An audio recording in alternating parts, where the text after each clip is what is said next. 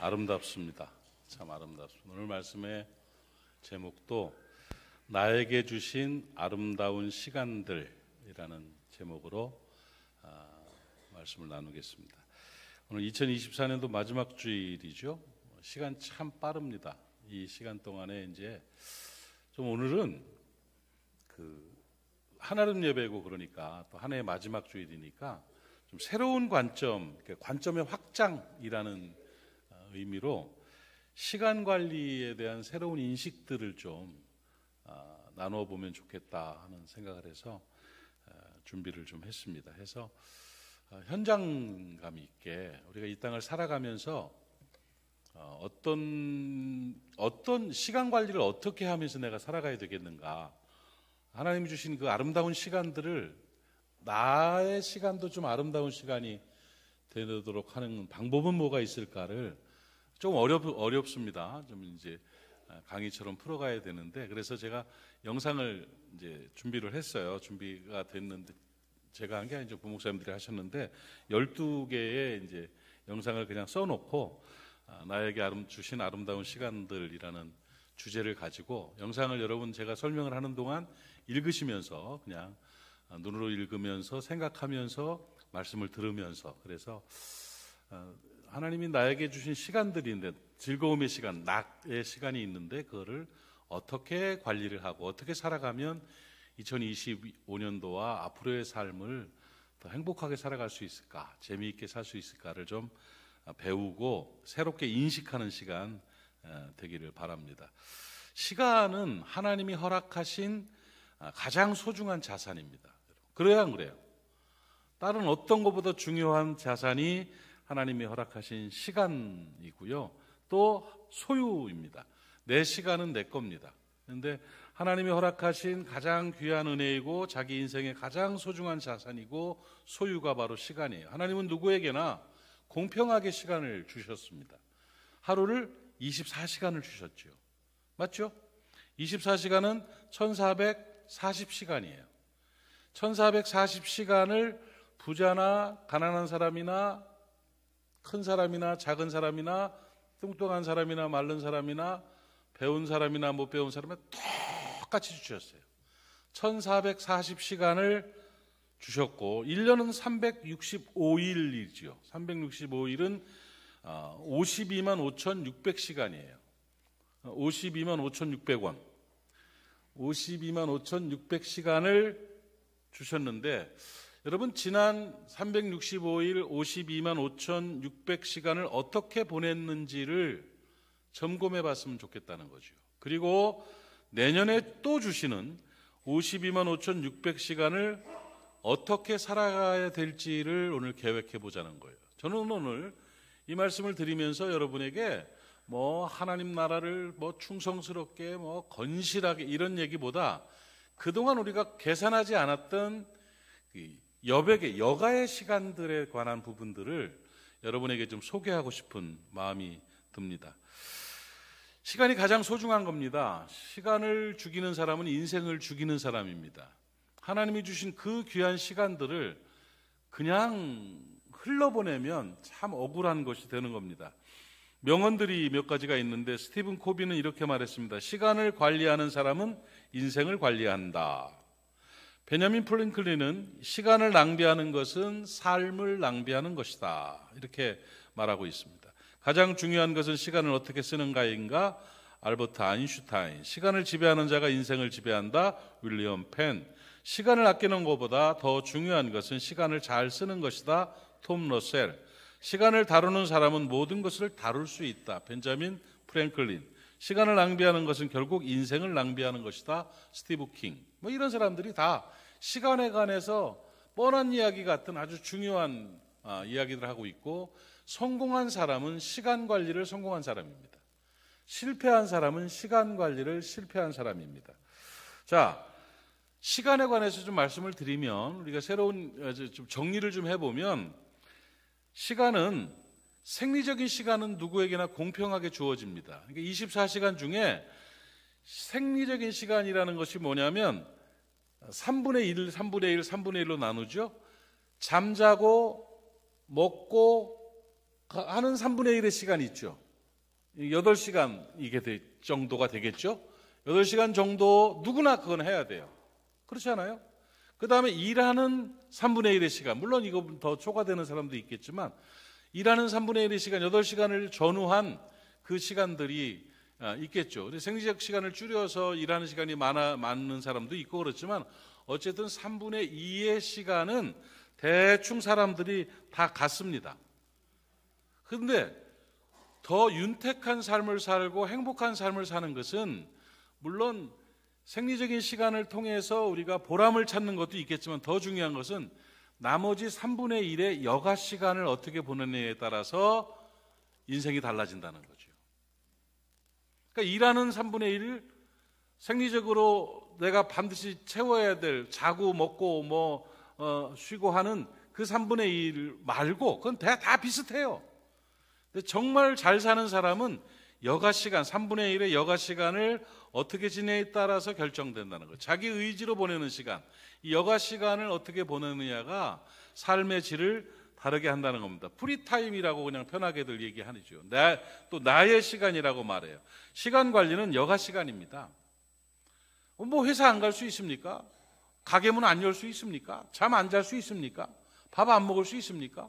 그건 다 해야 돼요. 그런데 나에게 주어진 여가 시간을 어떻게 활용하느냐, 자신의 의지로 보내는 시간, 이 여가 시간을 어떻게 보내냐에 따라서 삶의 질이 달라진다는 것이죠. 그런데 사람들, 특별히 한국 사람들은 학습을 못했어요. 뭐를 학습 못했냐면 여가 시간을 잘 보내는 방법을 배우지를 못했다는 거예요.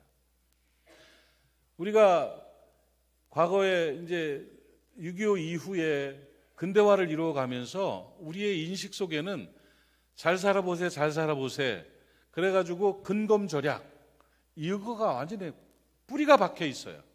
그래서 막 뼈 빠지게 일을 해야 되는 걸로, 쉬고 있는 것, 노는 것이 죄책감이 드는, 노는 게 죄책감이 드는, 뭔가를 해야만 살아있는 것 같은, 재미있는 일을 하면 뭐가 문제가 있는 것 같은 인식들을 우리도 모르는 사이에 가지게 되었지요. 제가 미국에서 처음 나와가지고 우리 권사님들하고 어디 무슨 영남 알프스라는 거기를 가자고 그랬는데, 하루 가서 오리고기 구워 먹고 개울에서 놀다가 오는 시간인데 그걸 권사회 수련회라고 이름을 붙였더라고요. 야유회 아닌가요? 그랬더니 그냥 다 수련회라고 해요. 그래서 수련회로 가는 걸로 해서 권사회 수련회로 가서 아주 배부르게 수련하고 왔어요. 그래서 그때 야유회지요. 근데 왜 그러냐면 그 인식 속에는 뭐냐면 수련회라는 이름으로 가야 놀아도 마음이 편한 거야. 놀러 가는 거는 뭔가 문제가 있는 거. 또 교회에서 지원도 조금 하고 회비도 걷었는데 그걸 가지고 놀러 간다는 것이 뭔가 이렇게 불편한 그런 상황인 것 같다 하는 생각을 했는데, 맞죠? 놀러 가는 건 떳떳한 거예요. 놀러 가는 건 좋은 거예요. 재미를 느끼는 건 행복한 겁니다. 3분의 1의 여가 시간에 내가 뭔가를 잘 즐기고 놀고 이러면 참 좋은 건데 그걸 배우고 학습하는 시간이 없어서 더 건조하고 재미없는 삶을 살게 되는 것이 현실이죠. 그래서 이 3분의 1의 여가 시간을 어떻게 잘 보내야 되느냐, 내 인생에 내 시간 관리를 어떻게 해야 되느냐를 좀 정리를 해드리겠는데, 잘하고 있는 사람도 있을 것이고, 나는 그게 문제가 있었구나 하는 사람도 있을 것인데, 먼저 2가지 정도 하나님께서 나에게 주신 이 아름다운 시간들을 아름답지 못하게 만드는 사회적인, 현대적인 원인을 한번 살펴볼게요.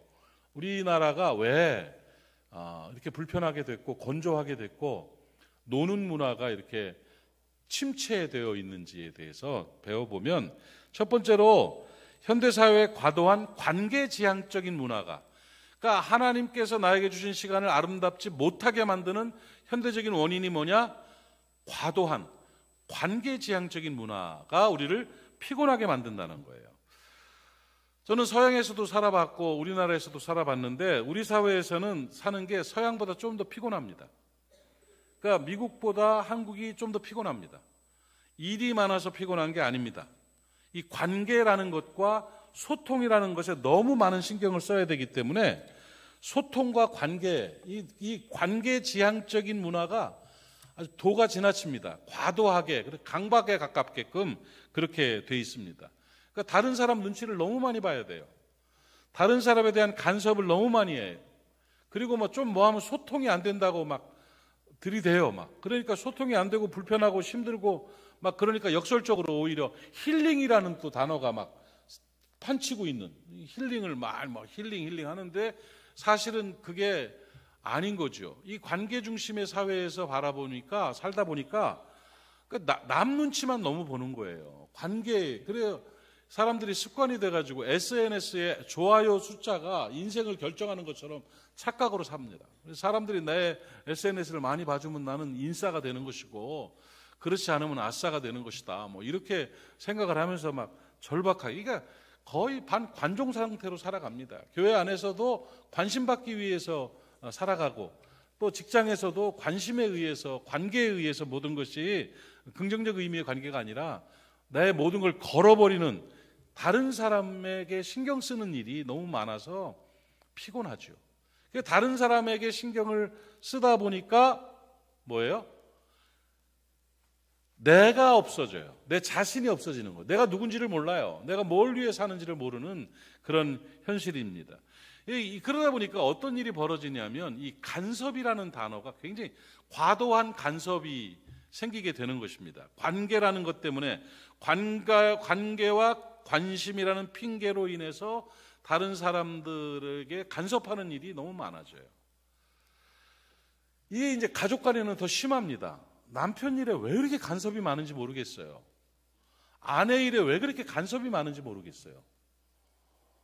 하나니까 그렇게 하는 거 아니거든요. 그러니까 이 평안함이 없는 거예요. 자식 일에 관심이 너무 많다 보니까 자식의 앞날을 간섭하기 시작하는 거예요. 그리고 간섭을 안 하면 애가 버릇이 없어진다고 착각하고 앉아 있어요. 그러다 보니까 이제 나중에는 그게 문화가 돼서 자녀들이 부모에 대한 간섭을 시작합니다. 그래서 이 간섭이 과도하게 되니까 옴짝달싹도 못하는 타인의 기준이 내 삶을 좌우하는 그런 형태가 돼버리게 된다는 거죠. 좋은 관계는요, 각자의 영역이 있는 겁니다. 영역이 있는 겁니다. 우리 교회 문화가 좋은 것 중, 우리 교회가 좀 비교적 편한 것 중에 하나가 뭐냐면 서로 간에 간섭이 그렇게 많지 않아요. 아니야? 좀 그렇죠. 다른 곳에 비해서 우리 교회가 간섭이 그렇게 많지 않은, 좀 영역을 인정해주는 그런 모습들이, 성숙한 모습을 많이 보여서 저는 참 좋다고 생각을 하는데, 그 영역을 인정해주는 서로가 편하고 행복한 이 존중의 관계가 있어야 된다는 거죠. 이게 무슨 말이냐면 관계지향적인 사회는 내가 없어진다는 거예요. 내 자신이 없어지는 거죠. 그러다 보니까 불편하고 힘든 거예요. 내 인생은 납니다. 내 거예요. 그런데 그렇게 되죠. 미국 드라마 로스트라는 영화를 보게 되면 비행기가 한 섬에 추락을 하죠. 추락을 해가지고 살아난 탑승자들이 착 나왔는데 각 직업에 따라서 각자 역할 수행을 착 합니다. 먼저 어떻게 하면 살아야 될까? 나는 이게 전문이야, 이게 전문이야. 탁탁탁 간호사든 이렇게 하고 뭐는 이렇게 따다닥 나눠져가지고 그 미국의 그 구조 기능주의라는 거죠. 이게 발휘가 돼가지고 잘 극복하는 내용들이 그 로스트라는 영화에 나오게 되는데, 우리나라 같으면 아마 먼저 딱 앉아가지고 몇 살이요? 이거부터 물어봤을 거예요.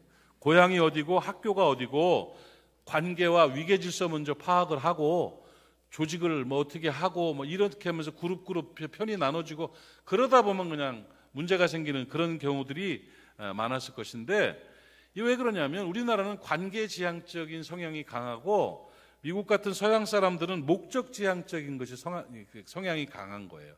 그러니까 관계지향적인 사회에 사는 사람들은 목적지향적인 사회에 사는 사람보다 힘들 수밖에 없습니다. 이 절충과 대안을 찾아야 되는 것이죠. 자신의 시간에 관한 가치 존중, 시간 관리와 관계에 대한 기준이 분명하게 있어야 이 관계지향적인 사회를 극복할 수가 있는 거예요. 나는 존중하되 간섭하지 않는다. 이 정도 선이 되겠죠. 그를 믿고 기다려준다. 그리고 중요한 것은 이건 당신 일이야. 그렇죠. 이거 당신이 결정할 당신 일이야. 이건 내가 감당할 내 일이야 하는 정도의, 그렇다고 관계를 깨고 끊고 살아가는 그런 거 아니죠.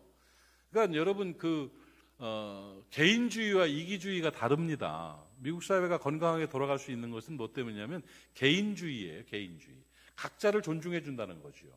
그러면서 화합할 수 있는 것이죠.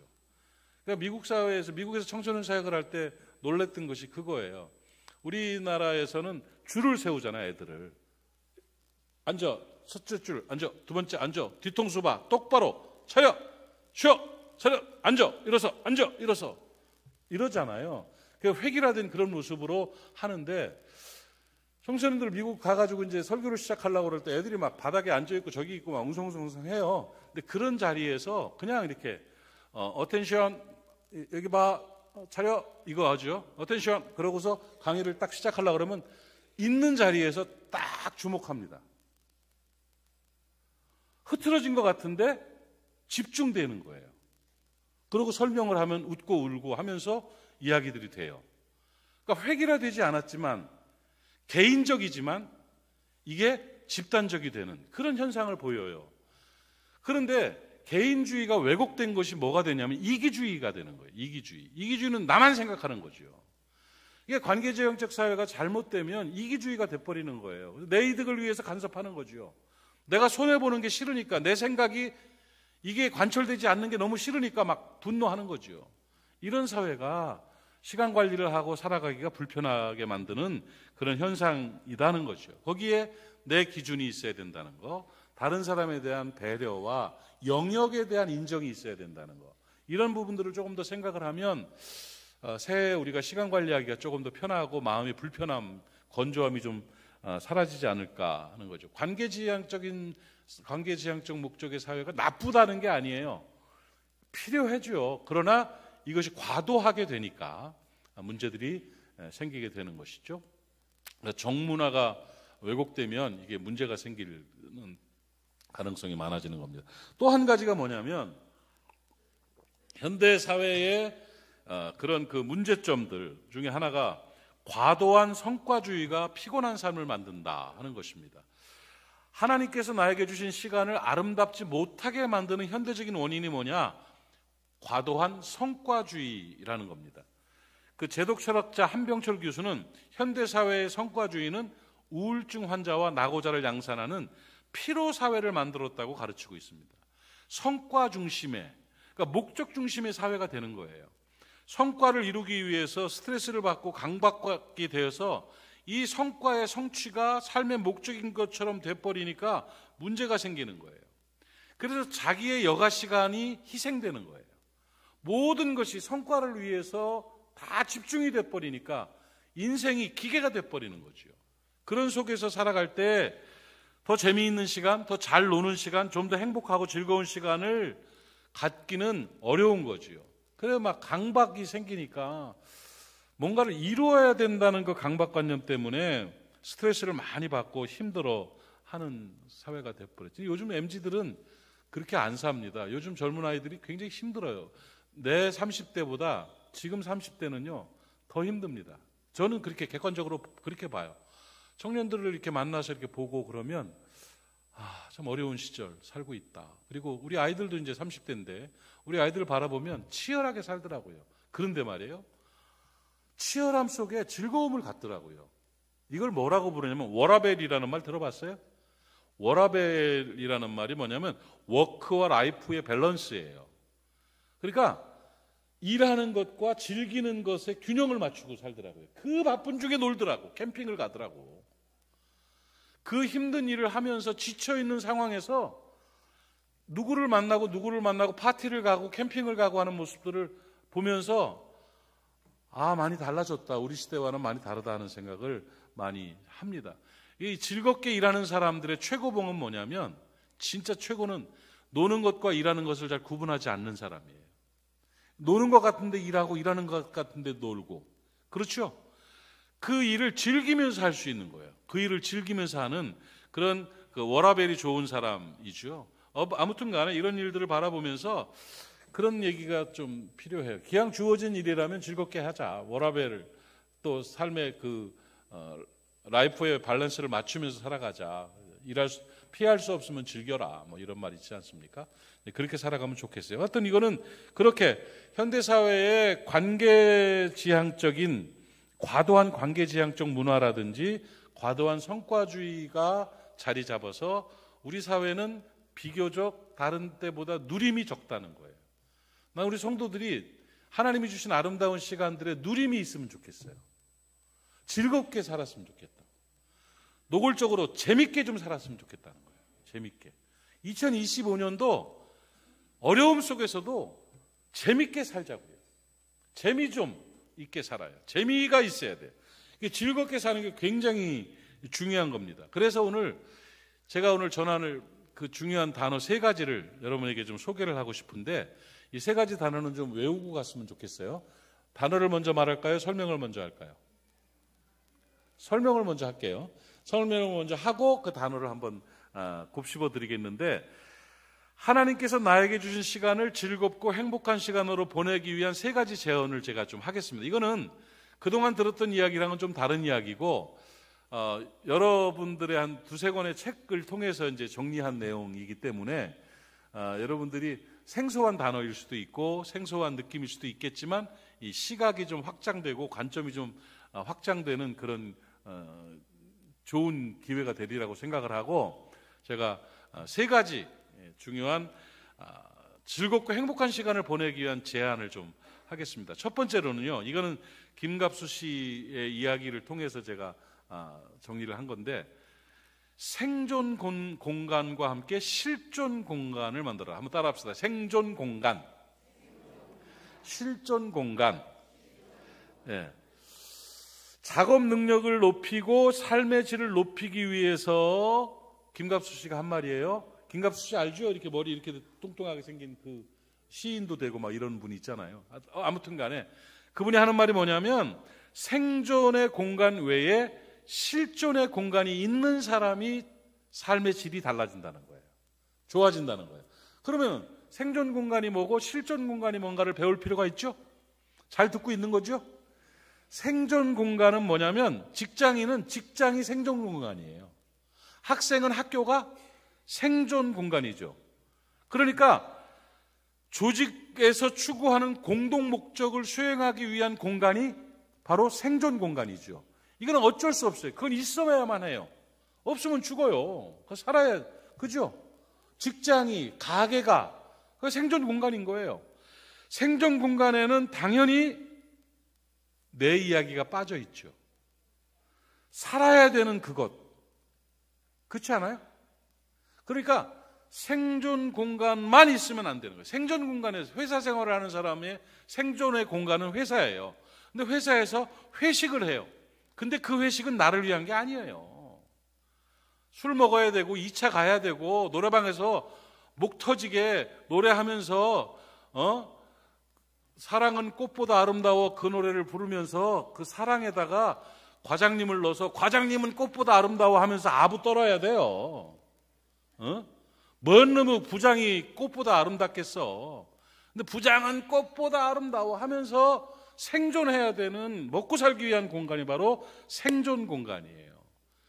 그런데 사람이 생존 공간만 있으면 힘들어지는 거예요. 거기에 필요한 것이 뭐냐? 실존 공간이라는 거예요. 실존 공간은 뭐냐? 자아가 있는, 내 실존이 존재할 수 있는, 내 실존을 만날 수 있는 공간이 바로 실존 공간이 되는 것이죠. 생존이 객관을 중요시한다면 실존은 주관을 다루는 것입니다. 내가 주인이 될 수 있는, 나를 위해 줄 수 있는 나의 공간이 있어야 되는 거예요. 실존의 공간에서는 자아와의 대화를 가능하게 하고 자기 실존을 만날 수 있고, 내가 주인인 나의 실존 공간이 있는 사람이 더 가치 있게 즐기면서 행복하게 살 수가 있다는 거예요. 그 실존 공간이 뭐 어디 가서 뭐 아파트를 하나 사고 뭐 이런 게 아니라, 극장이 나의 실존 공간이 될 수도 있고요. 펜션이라든지 잔디밭이라든지 산책지, 인터넷 관심 동호회, 뭐 어디든지 상관없다는 거죠. 거기에 환타지가 있다는 거예요. 환상과 꿈이 있다는 거예요. 그 공간을 지키기 위해서, 즐거움을 누리기 위해서 노력하는 사람이 더 잘 살아갈 수가 있다는 거예요. 그러니까 나만의 실존 공간이 만들어져야 된다는 것입니다. 김덕수 씨는 자기만의 공간을 위해서 그 마포에다가 자기 공간, 음악실을 마련해 놓았어요. 그래서 음악실에 앉아가지고 하루에 1시간도 괜찮고요, 3일에 한 번도 괜찮고요, 거기 가서 음악을 들으면서 친구들을 초청해가지고 차 한잔 마시면서 즐길 수 있는 시간. 여러분, 최민수 씨 아시죠?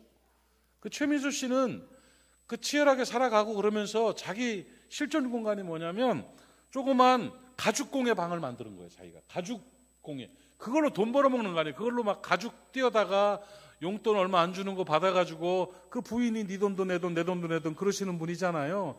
그걸 가지고 막 지갑도 만들고 막 그러잖아요. 그래가지고 그 순간 즐거움을 위해서 사는 그 실존 공간이 있어서 그가 그렇게 여유 있게 너그럽게 살아갈 수가 있는 것이지요. 실존 공간이 있으면 윤택해집니다. 나를 돌아보고 사색하고 자기의 성찰이 가능한, 내가 주인인 실존 공간이 있어야 된다는 거예요. 그러니까 생존 공간과 실존 공간이라는 단어를 좀 이렇게 좀 찾아봤으면, 이렇게 분리해서 생각해 봤으면 좋겠어요. 나는 나를 만나는 나의 시간이 있는가? 하루에 1시간이라도 나의 공간이 있는가? 이것이 있어야 된다 하는 것이죠. 그럴 때 더 복되게 살아갈 수가 있죠. 두 번째로는 재미있게 살아라예요. 재미있게 살아라. 근데 재미가 뭐냐예요. 재미있게 사는 사람, 재미있게 삽시다. 옆 사람한테 한번 인사합시다. 시작. 재미있게 삽시다. 재미있게 삽시다. 재미있게 살기 위해서 재미가 뭐냐를 말씀드린다면, 재미있게 살기 위해서 관점 전환 기술을 익혀라. 따라합시다. 관점 전환 기술. 시작. 관점 전환 기술. 재미있게 살려면 관점을 자주 바꿔야 된다. 여러분, 김종훈 박사 아시죠? 명지대 교수였다가 지금은 그 여러 가지 문제 연구소 소장님이세요. 그 연구소 이름이 희한하지 않아요? 여러 가지 문제 연구소. 여러 가지 문제 연구소 소장인데, 김종훈 교수님이 명지대 교수였고 아주 그 멋진 사회학자이신데, 김선도 목사님 아들이죠. 아들이에요. 그래서 한 명은 거기 그 교회 담임 목사이고, 아들 중에 한 명은 이분은 이제 교수님이신데, 여러 가지 문제 연구소를 하면서, 여러분 머리 빠글빠글하고 나비 넥타이 메고 키 조그만 사람 하나 나와가지고 웃기는 사람 있잖아요. 텔레비. 몰라도 돼요. 그분이 재미를 뭐라고 정의를 했냐면 관점 전환 기술이라고 그랬어요. 관점의 전환이 기술이 재미다. 사람이 어떨 때 재미를 느끼냐면 사건과 관점이 달라질 때, 그게 재밌는 거라는 거예요. 그러니까 뭔가 새로운 구경거리가 재미예요. 새로운 관점이 재미예요. 여러분, 지금 말씀을 들으면서 전에 하던 설교하고는 관점이 좀 다르죠? 조금 재밌죠? 이게 왜 재밌냐면 관점 전환이기 때문에 그래요. 뭔가 다른 것이기 때문에. 김 소장의 한 말이 19세기 말 유럽에서 이 재미라는 단어가 처음 등장했고, 그 본질을 구경거리 또는 관점이라고 정의를 했다는 거예요. 그래서 유럽에는요, 그 펀 문화가 생기면서, 재미라는 게 생기면서 노천 카페라든지 철도 여행이라든지 영화가 커졌대요. 노천 카페는 뭐 하는 곳이냐면 커피 한 잔 마시면서 밖에서 벌어지는 새로운 광경을 보면서 재미를 느끼는 거예요. 철도 여행이 가만히 앉아서 세상이 움직이는 걸 보는 거예요. 영화가 그 공간에 앉아가지고 파노라마처럼 다른 세계를 보게 하는 게 영화예요.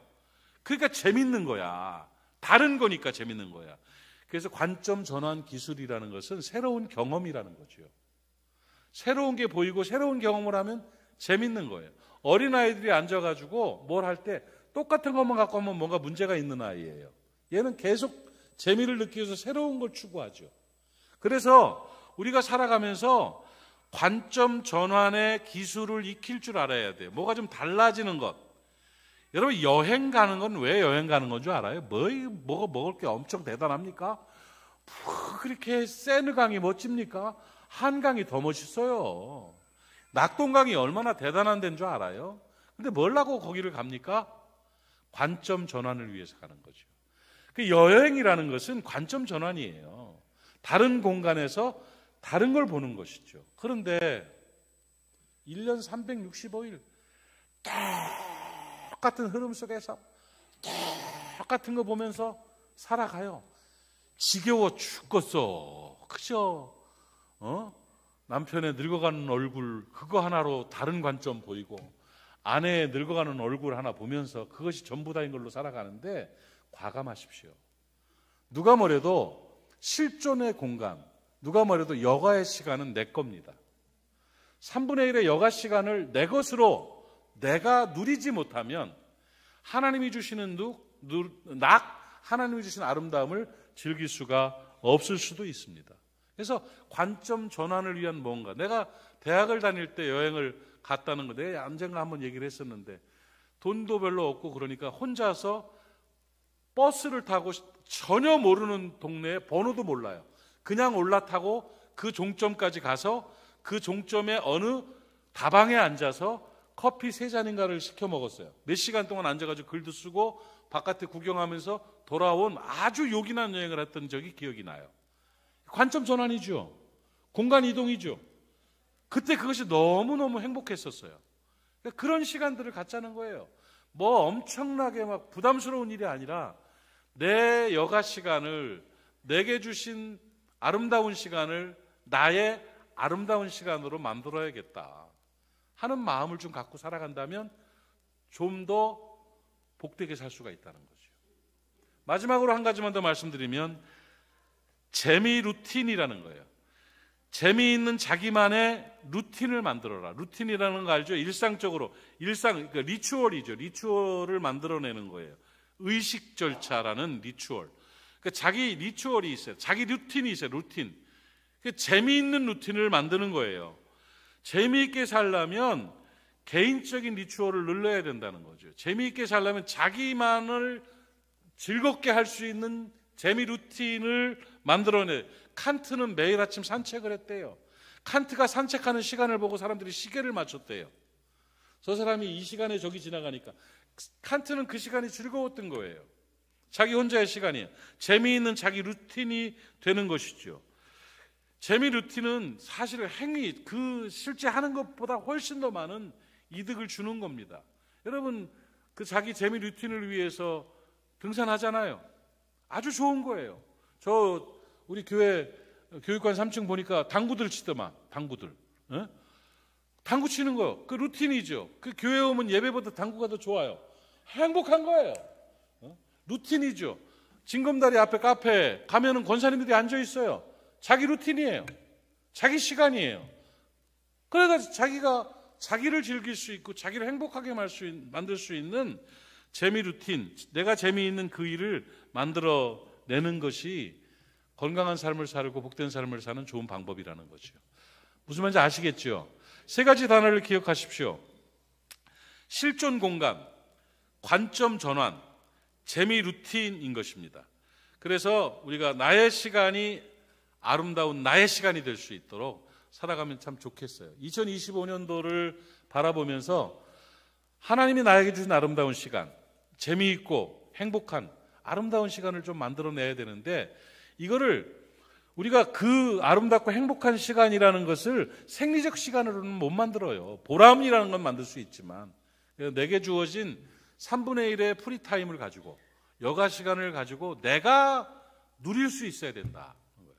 여러분 그동안 재미없고 건조하고 우울하고 지겨운 삶을 살았다면 그 책임은 남편한테 있는 게 아니에요. 아내에게 있는 게 아니에요. 당신이 그렇게 만든 거예요. 3분의 1은 당신한테 준 시간이잖아. 생리적 시간이 아닌 나에게 주어진 내 시간들은 하나님이 나에게 준 시간이잖아. 그런데 왜 그 시간을 그렇게 함부로 그 드라마나 보면서 여가 시간을 막 허비해 놓고서 이제 와가지고 나는 평생을 막 빼빠지게 일만 하다가 허덕거리고 지치게 살다가 죽는다고. 그런 소리 왜 해요? 그러니까 여가 시간이 3시간이 되는 사람도 있고 8시간이 되는 사람도 있고 10시간이 되는 사람도 있을 겁니다. 그래서 생존 공간이 아닌 실존 공간을 만들고 거기에 관점 전환의 일들을 자꾸 만들어내고 재미있는 루틴들을 만들어내면서 내 시간을 내가 관리할 때 하나님이 나에게 주신 그 아름다운 시간이 진짜 나의 아름다운 시간이 될 수 있고 2025년도는 조금 더 재미있고 조금 더 윤택하고 조금 더 행복할 수가 있을 것입니다. 오늘 말씀이 여러분 안에 도움이 됐으면 참 좋겠습니다. 기도합시다. 하나님 아버지 은혜를 감사합니다. 2024년도 마지막 우리 한아름 예배를 맞이해서 나의 일상의 시간들을 어떻게 관리해야 되는지에 대한 새로운 관점의 이야기들 좀 나눠봤습니다. 도움되기를 원합니다. 시간 관리 잘하는 우리가 될 수 있기를 원합니다. 하나님이 내게 주신 아름다운 시간이 정말 나의 아름다운 시간이 될 수 있도록 관리해 나가는 우리가 되게 하여 주옵소서.